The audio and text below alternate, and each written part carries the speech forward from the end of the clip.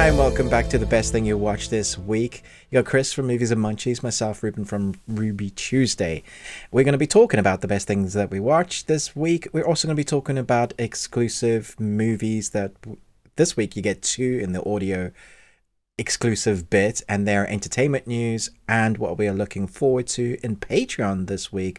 We are looking at our nominees, or who we think is going to win in each category for the Oscars, as all the other awards have kind of been done now. I actually watched the SAG Awards for the first time this year, and I thought it was an excellent I wish the Oscars did it that way. They need to copy. Wow. Yeah, very, very well done. So I'm looking forward to see whether some of those are, it's a duplication or a reflection, or if the Oscars going to lose the plot again, and who knows what's going to happen at the Oscars this year. So that's what we're doing in the Patreon. If this is your first time, thank you so much for joining us and watching our eyes and our mouths and sometimes our hands. We try to keep it entertaining, but we do try to keep you informed as well as to literally the best thing you watch from both of our perspectives, so that can give you an idea. Sometimes our perspectives change or differ, which is great because we come from different cultures, and that maybe will give you an understanding of where you fall on the side of the fence, or this side of the pond, or on Chris's side of the world. Chris likes British stuff and I like some American stuff, so we bring some interesting comments to that. But we also do a movie quote quiz every week, and Chris has been doing them for a while. I haven't been fired yet. You haven't been fired yet. Yeah, that's true. It's been close. Yeah. I was happy with last week because I thought it was the easiest one so far. Oh, good. Good.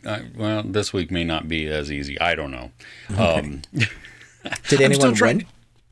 Yes, actually. Okay. The first person was Chris.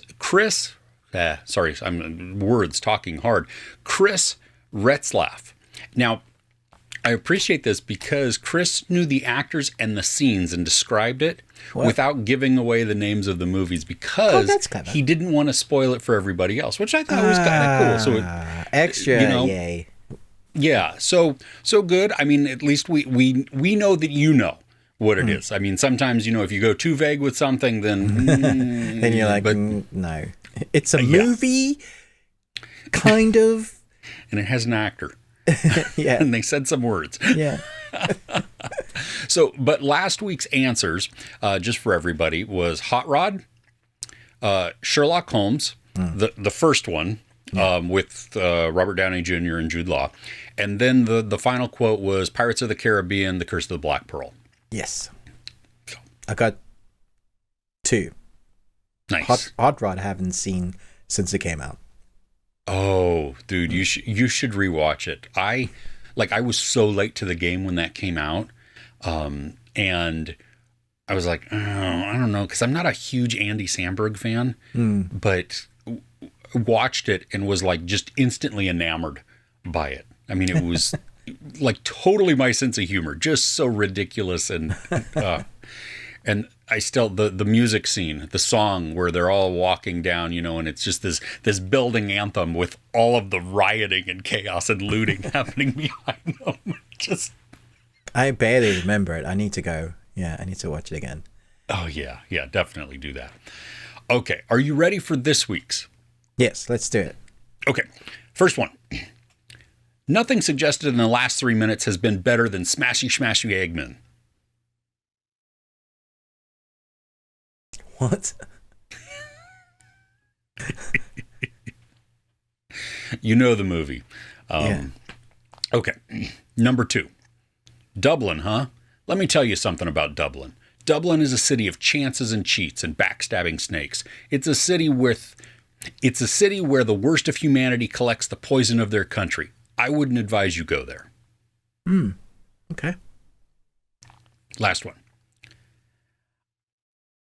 Okay, wait. I have stones to sell, fat to chew, and many different men to see about many different dogs. So, if I am not rushing you... Okay. I have an idea on 2 of them. Don't know if I'm right. A little bit trickier this week, I think. I'm gonna print off the printer thing from Back to the Future. You're fired. You're fired. Yes. Fired. Duh. Oh, okay. Well, let us know. Give us your guesses in the comments. And maybe I'm fired. Maybe I get to resume one more week. I don't know. We'll find out. Ruben, though, in the meantime, do you have a question for us? Kind of. It's not really a question. It's more of a, can you do this? Maybe see if you can do this at home, as we are trying to do this. So I used to do this as my knowledge of stars and stars as in actors, not in like the celestial world. So you choose an actor and then you try and name me 10 films just off the bat. So Chris, try and name me 15 Arnold Schwarzenegger movies. Oh my gosh. See, that shouldn't be too hard. Yeah, I don't know. So I'm going to go with some of the obvious ones. Terminator, Terminator 2. What was the last Terminator that just happened with... it has Mackenzie Davis in there. I don't know the title of the movie, but it brought back Linda Hamilton. So Genesis? That counts. What? Was it Genesis? No, it was the most recentest one. I don't know. Okay. I don't know. Yeah, okay. I named other actors in it, so I know what I'm talking about there. Okay. True Lies. Yeah. Commando. Yeah. Running Man. Yeah. I was going to say, Get to the Chopper. Predator. Yeah. Conan. The Barbarian. Yeah. I think there's Conan 2. Is there Conan 2? The Destroyer. Yes. Okay, there we go. Yes. Yeah. Last Action Hero. Yeah. That's 10, right? Yes. Yeah. Jingle All the Way. Yeah. Twins. Yeah. Ooh, I'm doing better than I thought. Yeah. Kindergarten Cop. Yeah. Sorry about Cat. Oh, hey. Well, at least no cat butt yet. Two more Arnold Schwarzenegger. Cohagen. Shoot. There was a remake of it with Colin Farrell. It has Sharon Stone in it. Such a great film. Can't believe you haven't said it. How do you not know this one, Chris? Why is the title not coming to me? Chris, you need this. You need something. Why the title? Literally, there is no. To do with your memory. Yeah, I know. He goes to Mars in his head, and the whole thing. The woman with the three boobs. Forgotten. I cannot remember the name of the movie. You've totally forgotten. Total Recall. Yeah.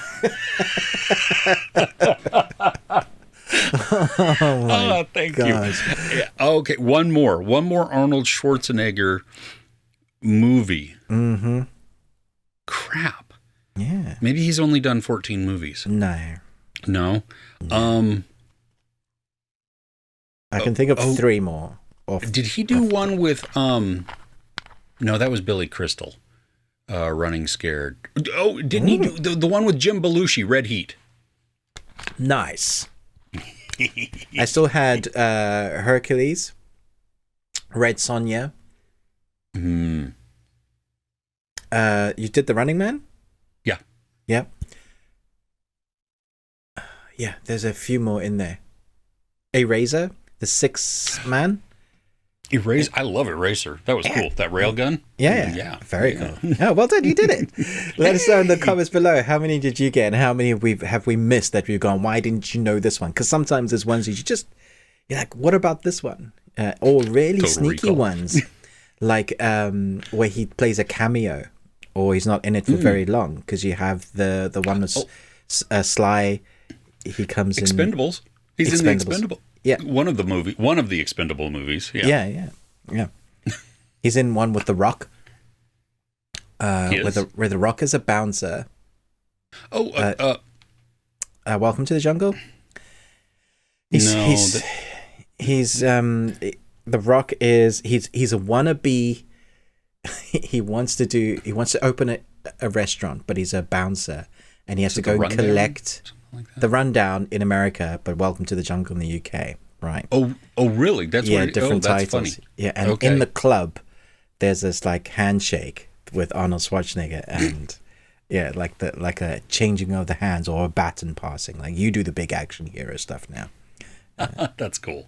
Yeah, it was very cool. Nice. Well done. That was good. That was good. That hurt, but I liked it. That was fun. Yeah. You really have to think. You're like, well, I do know these. And Arnold Schwarzenegger, if from our generation, we've grown up like with his films. Yep. Cool. All right. I liked that. Thank you. That was fun. All right. Should we get into the best thing we watched this week? Yeah. You want to kick it off? Sure. Okay. I actually ventured out to the cinema this week, it's been a while since I've actually gone, all right, I'll drag, and I went with my kids, took both my boys and a friend of theirs, and we went to watch an anime film. We were so excited about this. It's pretty much like in our top 5 anime series. It's not the first time it's had a movie, but we're very excited to see this next helping. And to give you context, we recently saw One Piece, which was excellent. Like, it was so good, and I've been hunting for the vinyl record of it ever since. I can't find it anywhere. They're like gold, apparently. Love the soundtrack to bits. Before that, there was Demon Slayer Mugen Train, which is probably the best anime film, because it was Demon Slayer, Kimetsu no Yaiba, and it was this specific arc, which was Mugen Train. Now, we have the next Demon Slayer movie. It's called Demon Slayer Kimetsu no Yaiba to the Swordsmith Village. And so it's meant to be an hour and 50 minutes. So let me just say, the movie itself is 35 minutes. What? Yeah, it is the strangest experience of a film I've ever seen. So, one, I feel ripped off. They should definitely tell people this is what's happening. So what they do is they recap all the arcs that have come previous, and then they show the last 2 episodes of the anime, and then you get a new episode of the anime, which is a longer episode, 35 minutes. So you get the end of the last arc, which is a big climactic arc, and seeing the battle on screen is incredible and great, but you've seen it all before. Like, it's still, I've seen it. Like, it's amazing, and the score, the sound design, seeing it, and seeing it with your people, like people that are there, seeing the age range of like youngsters to like, I've seen like 65-year-olds there watching anime. I was like, it's so cool to see how far anime now has reached. The woman next to me, the couple, knew all the songs in Japanese, even though we were watching the dub version, because that's the only version we had available to us. But she was like singing when the music came on, and it was the original music. She knew all of it. The 2 ladies in the front row were headbanging to it. They were just like well into it. So the experience of watching it with a bunch of people that love anime was excellent. The actual production of the movie, it was 35 minutes with recap of stuff. So the bits that we get to see in the movie, it's actually just the first episode of the repercussions of what has happened. You do get to see, for those that want to go and see, you do get to see all the big bad guys now, all the upper demons. So they've had a big fight with these 2 lower demons. There's repercussions because of that fight. So our heroes are all like wrapped up in bandages like anime does. You get to see them like do the healing stuff. There's a lot of crying, like all the characters, I thought you were dead, all of the totally anime stuff, which is it's fun, but we're really in it for the action sequences and the drama behind it and the story that's building up. We felt like we've, if you're going to the cinema to watch a movie for an anime movie, you expect there to be an anime movie, not a 35-minute episode. So I loved it, and the experience was great, but it's the weirdest experience I've seen. And not because the people were crap at the cinema. They were awesome. It was because the movie wasn't a movie. Yeah, that's weird. And I could see, especially, could you imagine going into this and there not being a crowd? Like, maybe you went at our off time and it was like just you 3 or your 4 sitting there. Yeah. I think that would be more disappointing than anything. And my eldest son left the cinema and he went to do some research because he was so confused. He was like, are we in the wrong movie? What is this? Is this like a special version where they do all the recap? Like, I just don't get it. We were looking at, is it going to end later? Because my wife is going to pick us up. You know, if the movie is only starting in like near the time we were get picked up, we were so confused. We all had this, that was weird, right? Funny. Yeah. Oh, that is cool that you got to experience it like on the big screen with huge sound. And I mean, like when there is action, it's incredible. The score, sound design, it's one of the best animes for a reason. You love the characters. Everybody has their favorites. You hear cheers like from people when there's a character that reappears, or no, that's too soon because of a character that's died, and you know they're recapping. You're like, no, not again. Don't make me sit through this again. it was hard enough the first time. Yeah, exactly. All of that it is, and there is a moment when they use 3D. I say moment there where these demons, these upper demons have been called because the good guys are slightly winning, and it's the first time in over 100 years. So they've all been called back to speak to the master. Not doing any spoilers or what they look like. The creative designs of the upper demons are awesome. Love them. They're brilliant.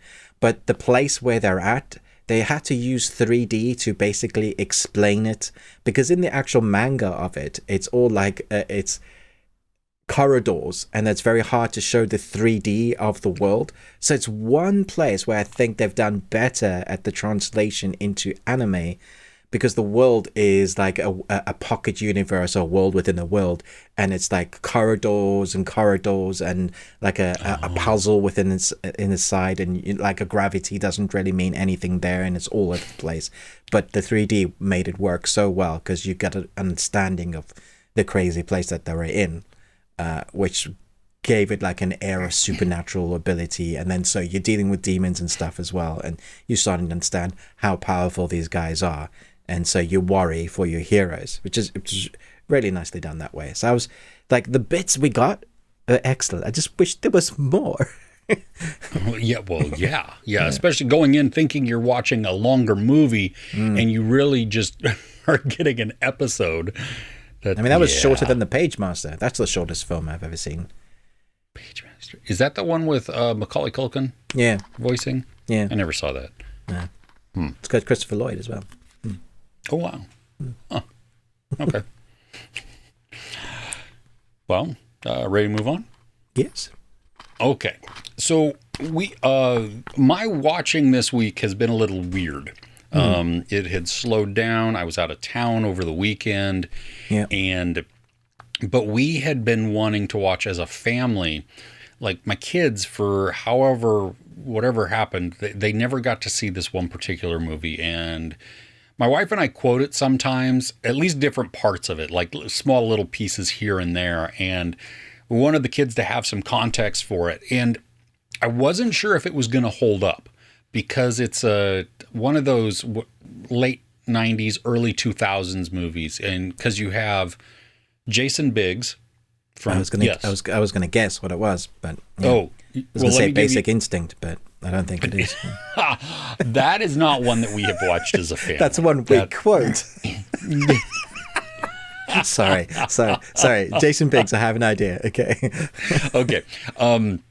So you have Jason Biggs, Steve Zahn, Jack Black, and Amanda Peet. Oh. Do you know the movie?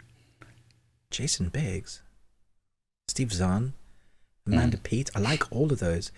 I was thinking Orange County because of Jack Black. Oh, yeah, no. Jack Black. There's one other huge name that's only a cameo towards the end. And that's Neil Diamond. Oh, what the hell? Does that help? No. What's the movie? The movie's called Saving Silverman. And basic premise is you have these three best friends who have grown up since you've never seen it? Oh, it's quotable. Okay. So you've got Jason Biggs, Steve Zahn, and Jack Black have been best friends like forever. Okay. And kind of Arrested Development, kind of whatever. They're lonely. They do a Neil Diamond cover band called Diamonds in the Rough, which is great because you get to watch more so Steve Zahn and Jack Black play music in little bits here and there. Is Steve Zahn talented then for music? He, well, I don't know if he's actually playing the guitar or not, but I mean, Jack Black definitely is. Yeah, we know he is, yeah. Yeah. So, and it's only like an underlying storyline, just like a theme within there. Okay. So that they can incorporate Neil Diamond later in the movie.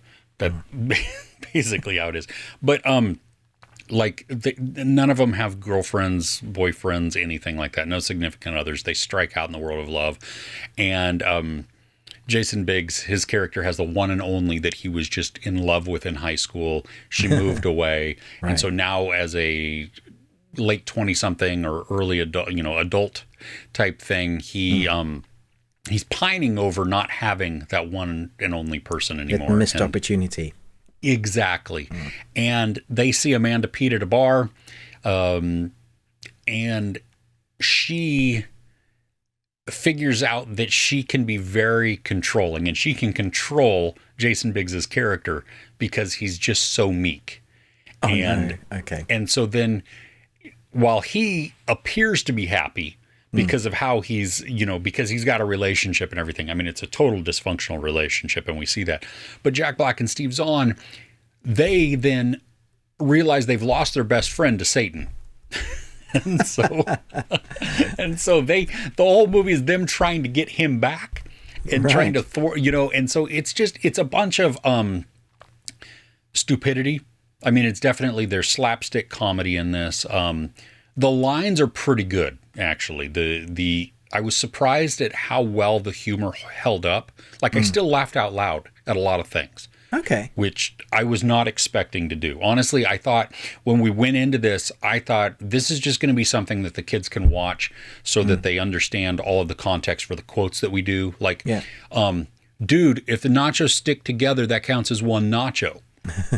Well, that's from there. And we quote that all the time, and the kids know that it's from that movie, but they've never seen the context. Yeah. So what did they think? They laughed out loud too, knowing. I mean, it is a stupid movie. Yeah. I mean, you can't. There's no highbrow anything in this. You don't walk out as a better person. It's predictable in the story arc. But really the reason you're watching is for the comedy and to see the antics that the characters get up into, and just, they put themselves, I mean, Steve Zahn and Jack Black are basically their own worst enemies. Like, so they have all of these plans, but they're too dumb to execute them in which starts out as a smart way, and then they get in their own way, and it'll backfire or whatever. And I have a question. Yes. Would you watch this by yourself? Is the antics comedy fun to watch by yourself? Or is it one of those movies like 40-Year-Old Virgin that is really good to watch with friends? I think this is better to watch with people than by yourself. I mean, you might chuckle a little bit here and there, but I don't think... I liked it because it was... first off, that it surprised me that we were laughing as much as we were. That for me, it held up, at least in a nostalgic way. Like, I wasn't bored or I wasn't pissed that we had put it on. Sometimes you watch some of these old movies that in your head have been really good or really funny. And then when you watch them, you're like, oh, I'm just angry at having to watch this now. I'm sitting through this. But yes, I would watch. This would be more that you watch with some friends or somebody that has the same kind of off-kilter sense of humor, or just you're in kind of a silly mood and you don't want anything serious and you don't want to have to think, is it a, oh my gosh, we're going to rewatch this every year? No, it's been probably 5-10 years since I'd last seen it. But still, because it made me laugh and we had a lot of fun watching it together, it was like, okay, this was cool. This was good. I'm glad we watched it. And yeah. Nice. Excuse me, I'm just going to sort out my cat. He's driving me nuts. Okay. Much later. Poor cat. He doesn't know what he wants. With Kirsten away, he gets grumpy and he goes off his food very quickly. Like, he just like, give me something else. So he's grumpy because Kirsten's away. It's cold. He wants to be in bed with somebody, like under the duvet cover, and he doesn't like his food, so he's just grumpy. So he's just going to be mad at everybody, huh? Yeah, so I've locked him out because I know he's just going to be the worst. He's going to come over knocking mics over and cameras and, do what those cats do, just knocking things off the shelf. Because it's there. It needs to go. Yeah. Evil bastards, yeah. Yes. Oh, cool. So what's next on your list? Yeah, so, okay, so the best way for me to describe what this is, did you like Miss Marvel? Yes. Yeah, I did. I enjoyed that series. Yeah. Yeah, okay. So the color dynamics, the sort of family dynamics, if you took that and you made it animated and stuck it in the Marvel world and the same sort of community, that is what this series is. It's called Moon Girl and Devil Dinosaur.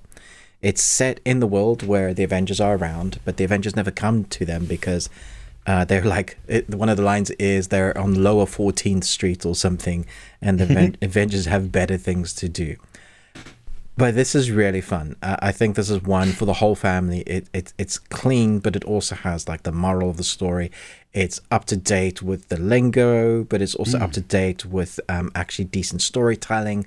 The animation is really fun. Reminds me of stuff like Dexter's Laboratory. So it starts off with when brilliant, altruistic Luena Lafayette, gosh, that's a tongue twister.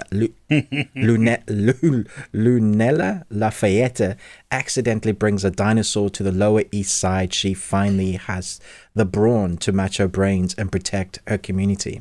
And so, like I mentioned, it was really easy to compare it to Miss Marvel because there's the whole thing of she's got to build a costume. She's really smart. She's stuck into her community.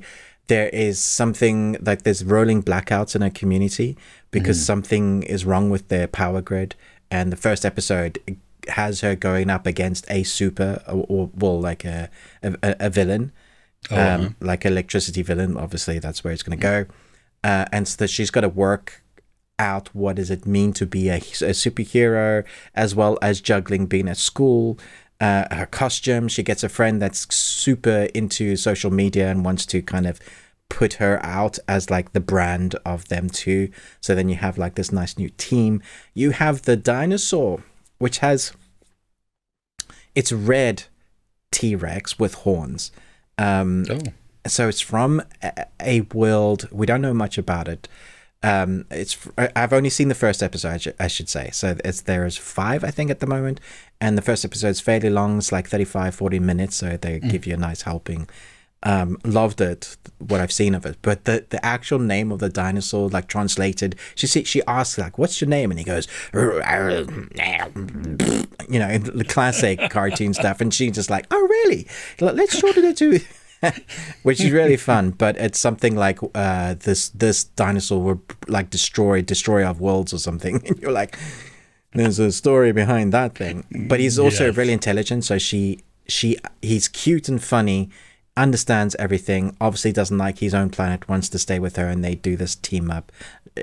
So it's a weird mix because you don't think a dinosaur and a little kid, but she's the brains and he's the brawn.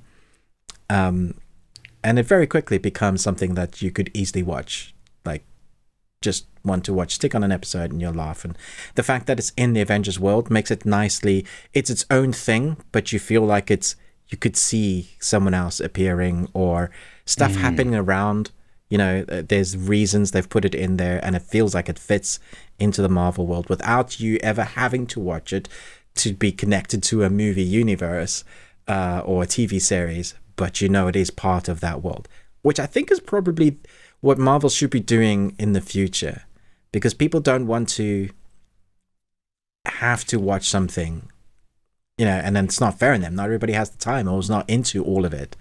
And then if you're missing out story, Well, and if you have to subscribe to another channel, but maybe you don't, to get all of the context for the movie, it really, in the long run, it ends up hurting the movie because either people don't like the movie because they don't understand the context because they didn't see the show, or they just don't go because they haven't seen the show. So this is on Disney Plus also? This is Disney Plus, yeah. Okay. Nice. Moon Girl and Devil Dinosaur. That's just a great name. First off. Title. Yeah. I'm going to have to check this out because I enjoy good animation, and something like, especially because it could be like a casual watch for me. Exactly. It's just something that, when I need, you get those moods where you're like, dang it, I need a win. I need something that's this cute. This is that for sure. Yeah. Nice. Also reminded me a little bit of Spider-Man Into the Universe. That sort of color, fun, frenetic animation style. So, wow. It's great. Okay. Cool. Well, yeah, I'm going to definitely have to check that out then. Cool. Going on my trend of older movies, but not old movies. While we were on vacation, I was like, I just want to watch something, and we couldn't really agree on anything. And so, some of us were reading, and not me. I wasn't reading. I wanted to watch something, but just various things going on. So I needed something that I could put on that wouldn't be objectionable to anybody. Not content wise, but just, how you're in the mood sometimes and you don't want to watch something. And I watch a few movies all the time, and I also didn't want to burn them out of those movies. Like I watch Ford v Ferrari and The Martian. That's maybe like you'll repeat. Okay. Yeah. I watch them all the time because I can just go in and out of them, and I love it. But I was like, it's been a while since I've seen this, and Edgar Wright is one of my favorite directors, and so I put on The World's End, the final of the Cornetto trilogy. I think it's underrated. It gets a bad name, World's End. And it's funny because this is the only one of the Cornetto trilogy that I saw in the theater. Interesting. Okay. We had seen Shaun later after it came out. So I wasn't current with that when we saw it. Same with Hot Fuzz. Now, I enjoyed really both of those, and I had loved Spaced. I mean, good gravy. That was the reason even why we were even intrigued by Shaun, is because we loved Spaced. Yeah. And so we were excited when The World's End was announced and it was coming, and we were like, oh, sweet, let's go see it in the theater. And it has a different tone than the other two movies. Now to be fair, each of them has their own tone. Yeah. But I walked out of that not absolutely loving it like I thought I was going to. Okay. And I, and so I get that people, you know what I mean? But I've watched it. I mean, I own it first off, but I've watched it a bunch since then, and it gets funnier every time I watch it. This is my argument. I think it's a grower. The more you watch it, the better it becomes. It is, well, and it's just like Hot Fuzz, because I began to laugh harder and harder every time I watched Hot Fuzz, because I pick up more and more of little nuances within there, that the obvious ones, yes, you laugh at right off the bat. And then the other, so it's, for anybody that doesn't know, it's about Arrested Development. You have 5 friends who are kind of, 4 of them are snookered into coming back to their hometown with their former best friend, leader type of, for a night of drinking. And they're going on this pub crawl for that they go, was it 10 something 10 or 12? Yeah, through the pubs, and they finally end at the World's End. And they tried to do this when they were in high school, and they didn't finish it. And so now you're going this, and you've got Simon Pegg and Nick Frost and why can't I remember all their names? Paddy Considine. He's doing Bilbo. Better than I am. Bilbo. Yeah. He's also Watson. He's also in The Hitchhiker's Guide to the Galaxy. Wow. Yes. Name just gone. And then Martin Freeman. Thank you. And then Eddie Marsan. And so you have them going, and I love the little nods within there, because if you look at every single one of their last names, they're royalty. Mm-hmm. So Gary King, Andy Knightley, Peter Page, and so on. And so it definitely is, a commentary on Arrested Development, on not wanting to grow up, on holding on to what was, and using that as like that was the best that things are ever going to get, and not being able to move past that. But it's like in a lot of Edgar Wright movies, it starts out as one way and then it pivots to something else. And it made me laugh a lot. It's a sci-fi comedy with some excellent action. Like, I had kind of forgotten at some of the fight scenes. There's this one fight scene that takes place in a pub bathroom, and it is a continuous take, or at least edited to be that way, where the camera is flying in and out and around all of the people. And as a punch will happen, the camera will then spin around to capture a different part of the action and then go towards that character. And then as a character will slide under, the camera will kind of slide with them and pop up. And it was just, it's enveloping in that way, so much comedy, so much sly comedy. And you still get the, I love that Edgar Wright brings in the cameos and the people that he had from Spaced. When they were doing that series, he'll bring in those people, and you get to see them, show up here and there through most of his movies. He continues with the twins. There are twins in this one. It's one of his signature things. But yeah, I think if you've not seen it, it's excellent. You gotta give it a chance though. Yeah. It's because it's very British in its humor. Which yes, is. Please. I'm right there. So that's the first thing. Easy. But it does, it's got the underlying comedy, which is right there. It is very fast paced in the dialogue delivery. And so it's very witty. And then it has a social commentary that's woven throughout that is not preachy, but it's still present. He's never preachy with his commentary, which is a trick to do well. And then you have his editing style as well, which is brilliant. Love it. Yeah. Yes. Yeah. The whole. Yeah. And then it works so well for him. Yeah. Yeah. Nice. I'm going to change my battery quick. Okay. 1 minute, 37 seconds later. You okay to move on? Yes. Yes. Okay. So this is a new episode of a series that started up again this week. And I only have one negative thing to say. Picking up from what we were talking about earlier with mine making people having to watch other things so that people understand what the hell is happening. Okay, so The Mandalorian, Season 3, Episode 1 started this week. And I thought it was excellent. Some people are saying it's a filler. I think it's just building story beautifully like it always does. And we already get to see so much more backstory of the Mandalorian way. It starts off with a creature feature of the week, which I love. And it starts off so Star Wars.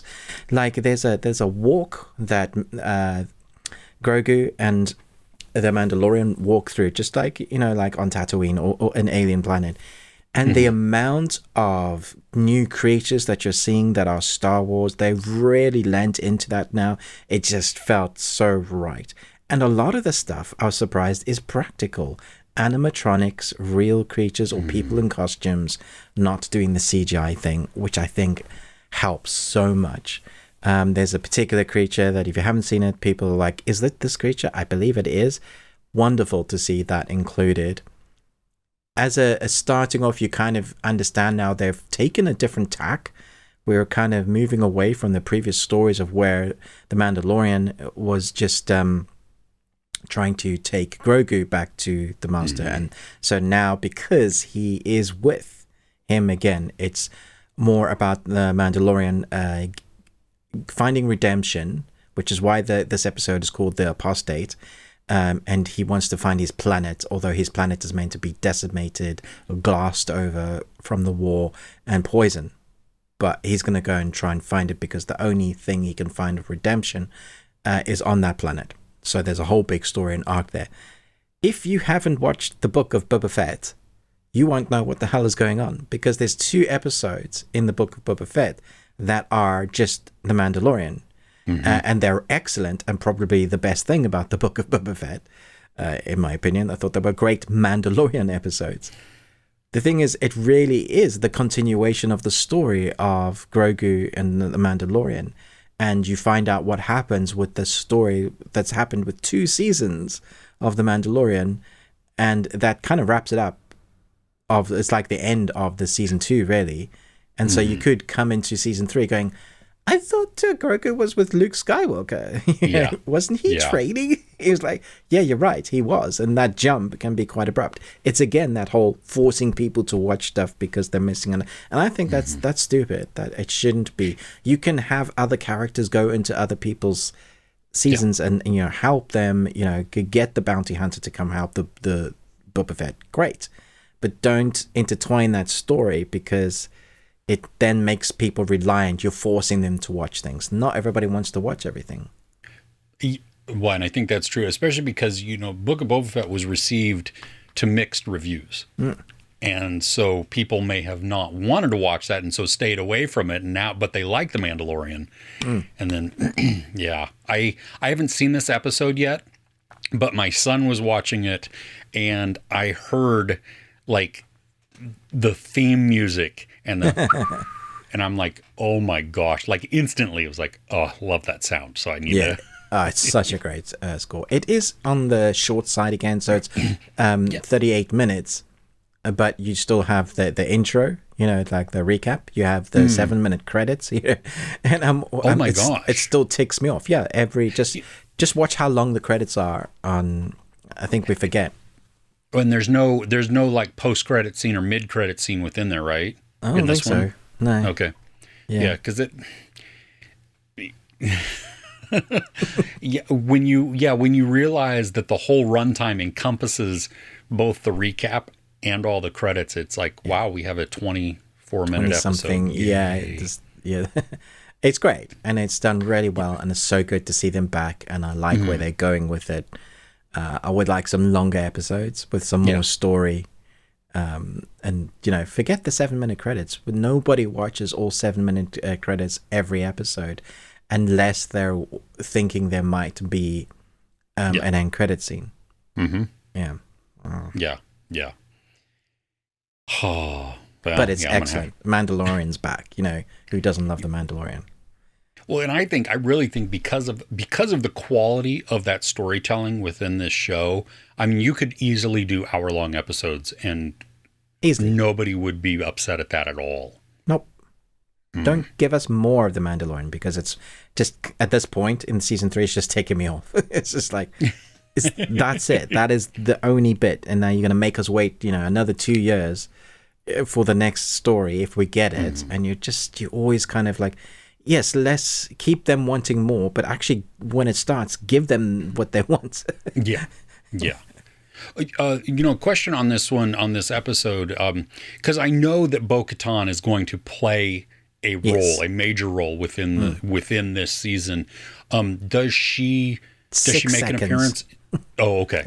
Like he goes to visit her, she says something, some stuff happens with repercussions of what has happened before when they met. He's like, oh, I'll go do this then. And she's like, yes, blah, blah, blah. Yeah. Okay. So she's definitely in the series, but she wasn't the Not thing, so much the yet. driving force. Yeah. Grogu.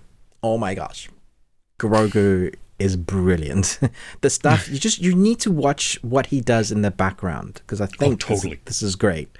Because he's always up to some sort of mischief. He's a naughty little kid who now can wield the Force. He might not be brilliantly strong at it, but his species seems to be really adept with the Force, okay? And when he concentrates, we've seen what he can do in the previous 2 seasons. Yeah. According to, what's his name? The creator? Dave Filoni or Jon Favreau? Favreau. The time, it's been 2 years. So he was with Luke for 2 years. Oh, so okay. He spent quite a bit of time with him. So in theory, his Force training could be quite good.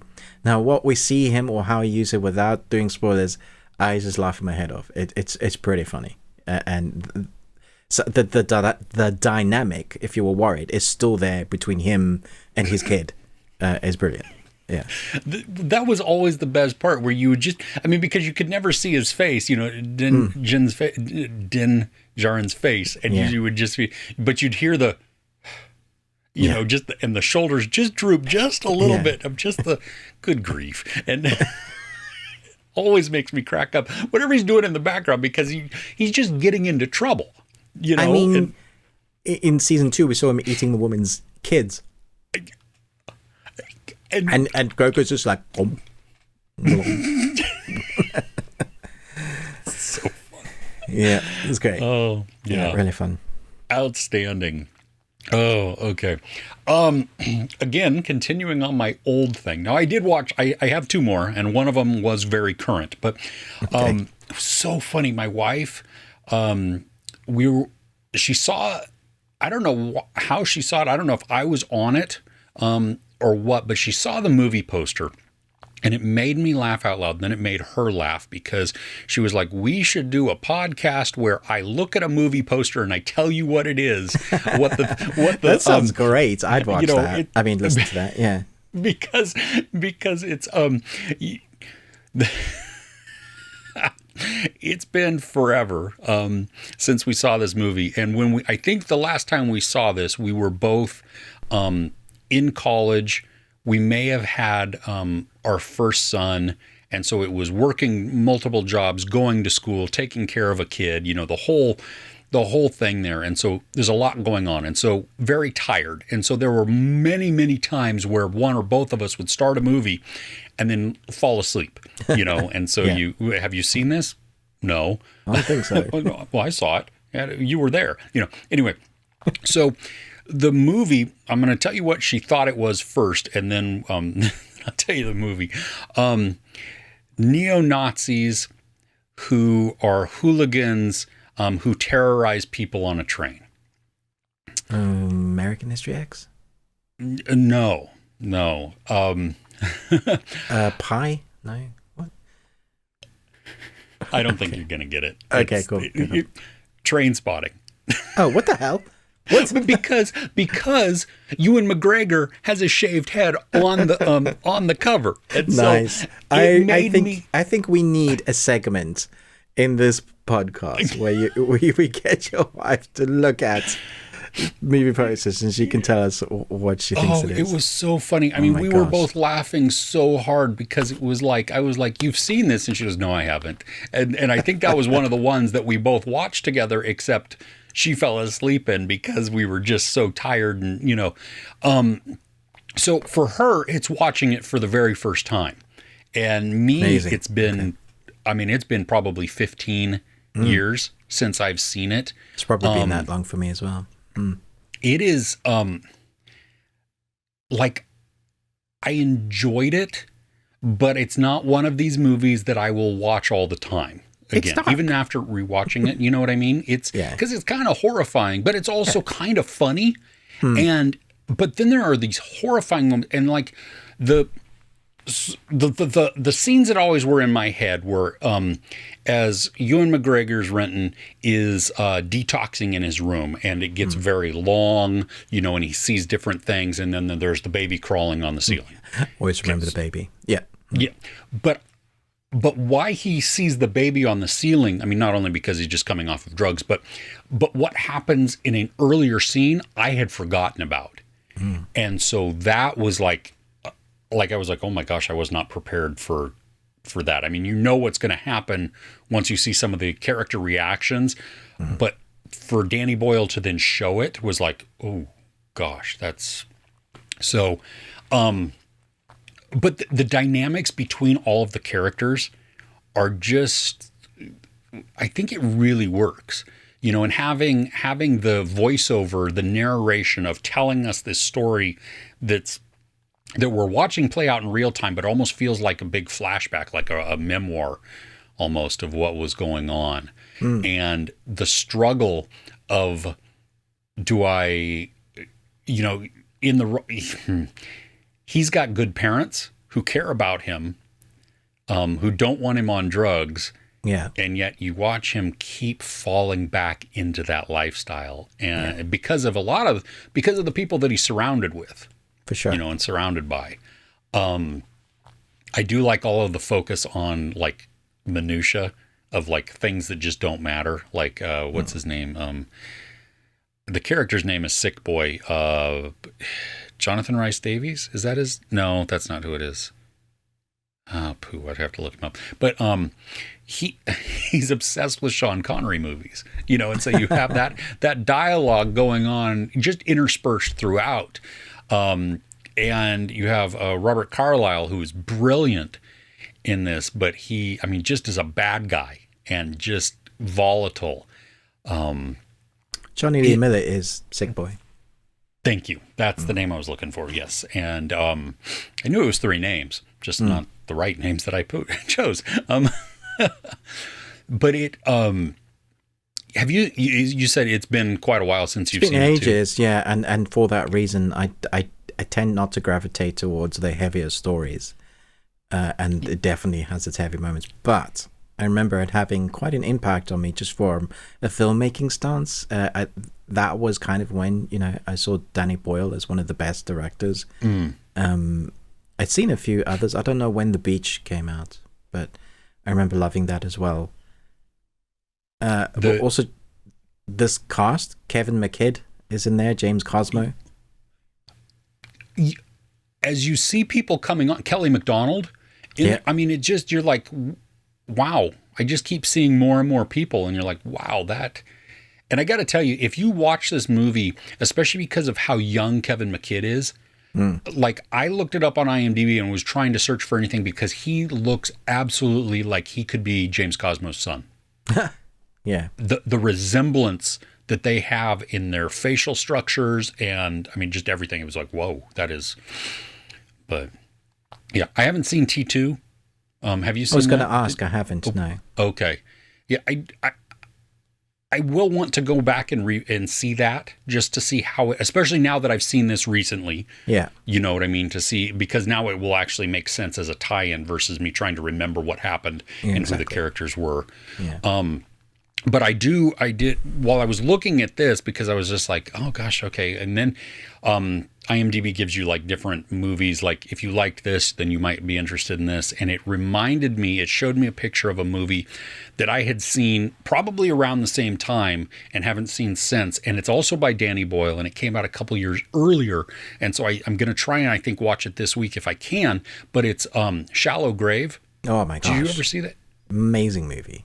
Christopher Eccleston, and right. Like I remember absolutely loving it, and that's all I remember. That's great. Yeah, so it's been long enough. You enjoyed it. It had a good story, but like, what happened in it? Yeah. There was a piece in an attic, I think, and that's and so, yeah. But Trainspotting, it's a tough watch. It's very heavy. It was good to revisit it though, because you get to see some really great performances. It reminded me, like, you get to see the extent of Ewan McGregor's career.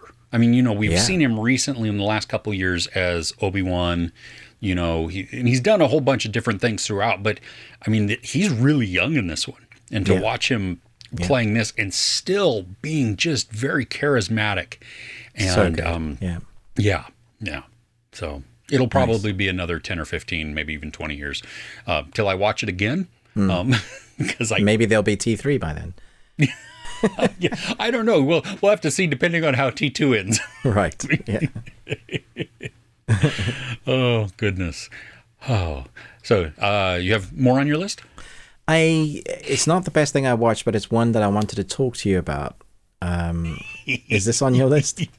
No, this is not on my list.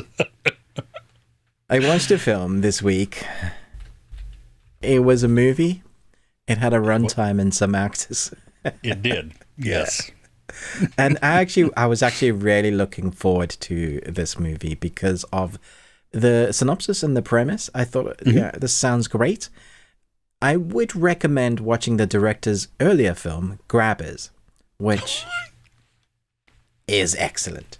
I love it. The whole premise of it. There's an alien entity that is eating people, and basically to survive you have to stay sloshed, drunk, right? Brilliant concept. So there's a lock-in in a pub, in an Irish pub somewhere, and so the effects were great, the creature was great, the comedy was brilliant, and I thought, okay, this dude, I'm watching this movie. Yep. It's about goblins. It's the best way for me to describe Unwelcome is it's a mixture of Eden Lake, which is you've seen recently, which is on the edge, hillbilly type people, but English version of them, and some fantasy with like Irish fantasy. So it's not leprechauns, it's goblins, and so they call them the red caps. And so you have a couple that have something happen to them at the beginning of the movie, and so luckily through family they get this place that's like in farmland. It's a beautiful place, nice little cottage, starting a family. And so and all the people are lovely, and you're just like, oh yeah, I want to go live there, until you meet some of the other people. Now for me, the scariest things in this movie are the people. Yes. Not the creatures. In fact, I quite liked watching the creatures. I thought interesting design. I don't know what they were saying most of the time. I picked up a little bit of the words, like a little bit of gremlins in there for sure. Critters, maybe that sort of Ewoks. Yeah, for sure. From the words, demented not the Ewoks. Yeah, from yes. And I thought the movie was doing okay. And I thought it was interesting, and then it hit its end, and I thought, "What the feck just happened? Why?" Now it's been interesting because it's been really splitting people. People in my comments have been going, "Yeah, love the ending," or "Why did I waste my time with this movie?" Wow. So so you've seen this. I have seen this. My review will be coming out later this week. Okay. Cool. Because it's hitting theaters in the U.S. this week. Oh, it's coming to theaters. Oh, okay. Yeah, limited, and then the week after, I believe it's hitting on demand. Right. In the U.S. So I was intrigued like you because I really enjoyed Grabbers. Yeah. And I thought, yep, I'm in. The Irish folk horror. Yeah. Really. The idea of that grabs me, right? You have this folklore that I don't necessarily know about, especially from any of the descriptions. Like they don't really give that to you, which is great. I just know it's a folk horror. Okay, cool. And I think it starts off well. The movie, it sets the tone. It gives the impetus for why this couple then goes, and why they function the way they do. Yeah, which I think is great. Very weird, at least in one aspect, because if you look, we see all kinds of realism. Like, you get to see the village, the woods, all of these things. And you're clearly in these locations. And then when we're in the garden outside the house, it looks like we're on a stage. As a stage. Weird, right? It has I said in my review, it's like a hyper-realistic fantasy thing that they're then trying to input into the movie. Exactly. And so if you go from fairy tale or folklore and you have that mentality, that kind of works. Yeah. But it's so weird when it's only in little bits and pieces, because when they go into the forest, you're in the forest and it's clearly the forest. It's not, it doesn't look like you've become, you've made a forest in a stage or anything like that. I mean, the lighting is very weird in certain aspects, but for me, the idea of the lore of these red caps in the forest that have to be satiated every day by a certain thing. Love that idea. Great. Because it creates an ominous tone to it, especially because the townspeople, the villagers, know about it. Yes. And I was very frustrated though that the pub owner, who knows the most about it, doesn't actually explain it in detail to the people. It's such a weak writing ploy that Hollywood uses at the moment, isn't it? Don't tell your characters things so we can keep the mystery. But then it's just frustrating. Yeah. Right? Especially because you have characters then who don't understand why it is as important as they say it is, and you're the one with all of this knowledge, and you're terrified by what the outcome could be if you don't. So you sit them down and you go, listen, whether you believe it or not, this is what has happened before. So if you're not going to do it, as a village, we need to protect ourselves, or we're going to do this thing to keep ourselves safe. So if you can't promise me, then this is what's going to happen. And then they'll be like, all right, we'll do it. Yeah. Well, and as an American who does not know about this Irish folklore, right? Give me some context. Bring me into this world here. Let me have a greater understanding of what this is, because the idea of it is freaky and I like it. Yeah. And there are moments that things happen where we only see little bits and pieces, maybe a head or some action going on. And I'm like, yes, this is great, because I don't need to see all of this going on, because the anticipation is rising. When we get to the end and we get to see them, for me, it just went off the rails. It was like, it lost the plot. It was like, what are these, like, stretched out Smurfs? Yeah. Now, I appreciate the practical effects. Oh, for sure. Yeah. Done well. But can I ask you, so Hodor is in this from Game of Thrones. Okay, yeah. He's one of them, which I was actually surprised at some of the bigger actors that they got in there. I mean, you have I love Hannah John Kamen. She's in one of my favorite series, and she's been in quite a few, like Killjoys, The Stranger, Resident She was Evil. in a great episode of Black Mirror also. Yeah, Ant-Man and the Wasp. She was Ghost. Yep. Well, and then the dude that plays her husband, he was. Oh, well, geez, I'm just like, my brain has fallen out of my head. Fried today. Yeah, because he was in something just recently. He was in The Dirt. He played Nicky Six on The Dirt, which amazing. I really enjoyed that movie. And so Douglas Booth. Yeah. But okay, so Christian Nairn, who is Hodor. Oh wait, but there's also what's her name from Dairy Girls. Michelle. Nice, yeah. And Colm Meaney? Yeah. So you have a big cast, right? Yeah. But Christian Nairn, Hodor, I'm so confused by the character decisions that they do with him. Because at the beginning, he does not speak through a lot of the movie, and they use his girth and his size to make him appear slow and dumb. Yeah. Okay. Like he's mentally handicapped in some way, shape, or form, and he does have a creeper aspect to him. He is definitely there's an unease when you're around him, especially as he watches people and does different things. Then we see another scene with him, and he speaks. Yeah. And he is eloquent. He enunciates well. He is very clear-headed. He speaks in a normal way and is having a very clear conversation with somebody. And you're like, well, this doesn't match everything that we've seen before. No. And then at the flip of a switch, he becomes something different. Yeah. And you're like, why? It felt very forced. That whole situation felt like you didn't really know what to do with that character, but we needed an action here.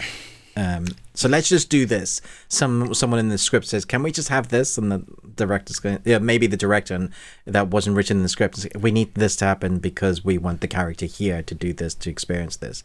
That's what it feels like. It does. Well, and I would have preferred the other brother to have been the one, because that made sense all the way through then. Yes, like he is a trash human from the moment we see him. You know?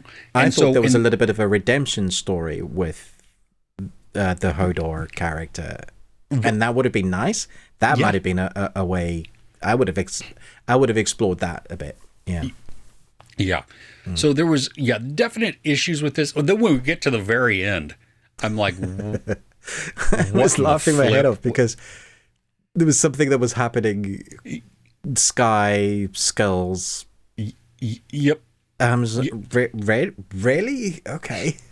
But see, had we known more about the lore, Yes. So what you said, we actually needed a bit of exposition.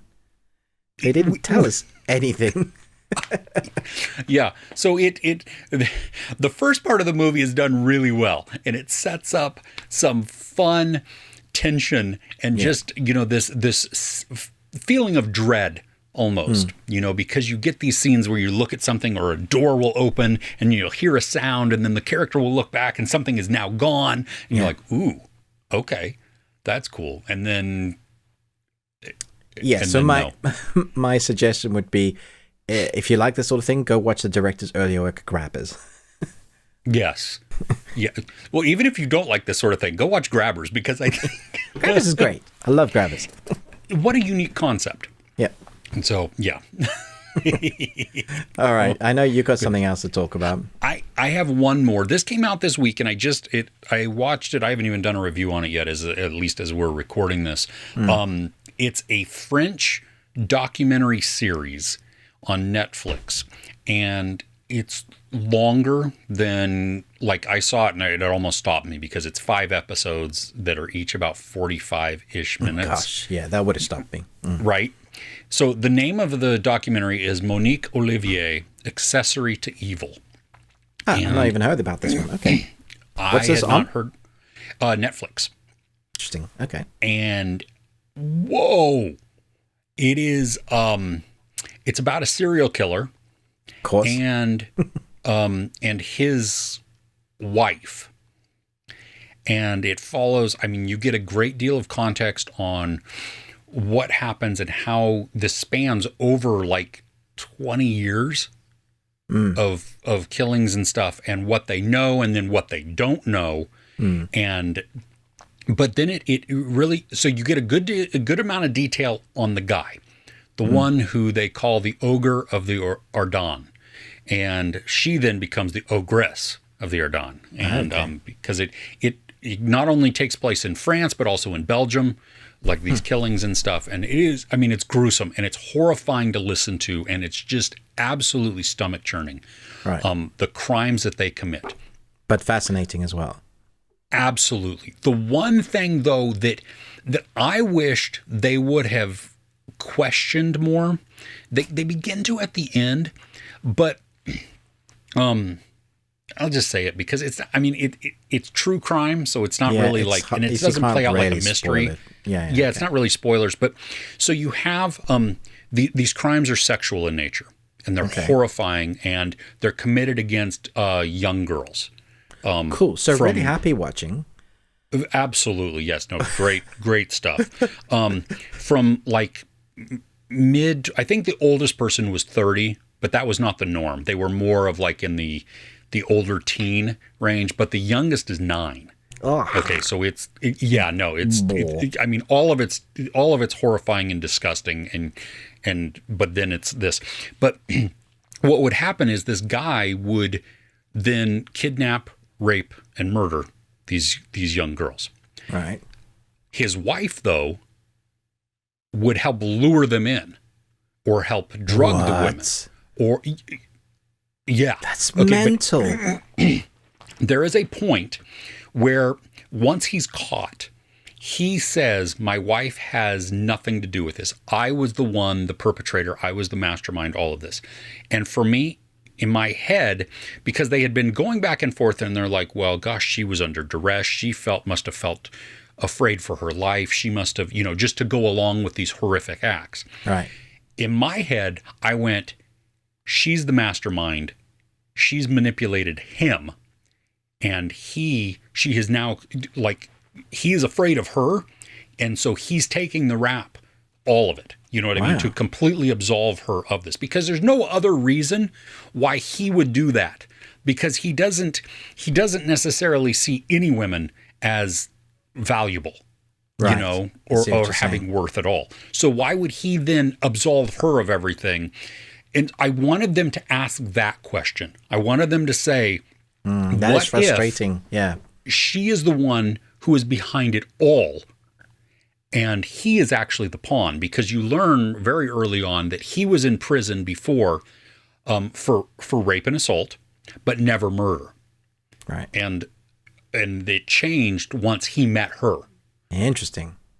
And Well, then definitely needed to ask that question. yeah, well, and then as you get more and more into her story and how much of a psychopath and sociopath she is, but also genius level.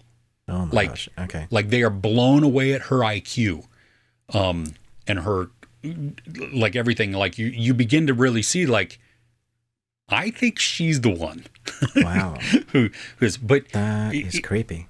yeah, they were convicted of 8 murders. Good Lord. But there's a point But they where think there's more. 35. Yeah. Oh, wow. But it's Okay. like it's very frustrating to watch as it goes along because there's no real resolution to all of these types of things, which happens a lot of the time in cold cases. Yeah. And everything. But it is for as much as I was hesitant to watch because it was 5 episodes, Yeah. Close to an hour each, Yeah. I was like You were hooked in. riveted. Wow. Oh my gosh, yeah, it is not happy watching. I mean, you definitely want to watch something else. Sure. Dodgeball Afterwards. Yeah. Yeah, take a shower, do the whole thing because it is just ugh. But if you want a very intriguing true crime story, and then also as an American, seeing a different justice system and how they do investigations and all of this, that was also kind of cool. Eye opening to see a different culture and how they go about things and their whole legal system. So, yeah. Wow. Okay. Yeah. Thanks for ending on a light one. On a happy note, right? I'm just gonna go I'm rock here to myself cheer in you the up. corner. Yeah, Just right. like, Yeah, exactly. Yeah. Exactly. Yeah, Oh. human beings are great. Really, they are. Yeah. Oh, well, hey, we thank you for tuning in. We would love to know what are some of the best things that you watched this week. Let us know in the comments. What are you watching? Is it something that we have seen? Maybe we haven't seen. I love getting those suggestions that just like, oh, you should check this out because we do have a list. I mean, I know it sounds like it's just talk, but we both have lists that we add things to, and as we can watch them, we get to them, and so it's I'm it's totally great. gonna go watch Saving Silverman. Yeah. Dude, it's just definitely have off kilter friends or family that will laugh also with that. But yeah, it's good. So let us know in the comments. Give us your suggestions. Let us know what you're watching. Don't forget to head over to our podcast if you don't listen to it there, because we have extended audio there. It's not just what you just saw, but we talk about new movie reviews or a different movie review, exclusive movie review. This week we both watched a different movie, and so you're gonna have 2 of those. We also talk about news from the entertainment world and some of the things that are coming up in the next week that either we're excited about or we just want to make known. You can always tweet at us at Best We Watched. As Ruben had talked about before, we have a Patreon opportunity at patreon.com/thebeardedones. For just a few dollars a month, you can help support and offset the cost of production for this show. Please check that out. There's a couple of tiers there that you can explore to see what might suit your needs or your desires. That's weird. That sounded odd. Not desires. But Nice. there's a lot of videos in there. And this week's just as what current is, we're going to be talking about our Oscar nominations and who we believe is going to win or who we want to win from the upcoming Academy Awards. And with that, oh, you know what? No. Like, share, subscribe. Ruben with the Ruby Tuesday. Me, Chris, Movies and Munchies. All right, now we're done. We'll see you next week. Take care.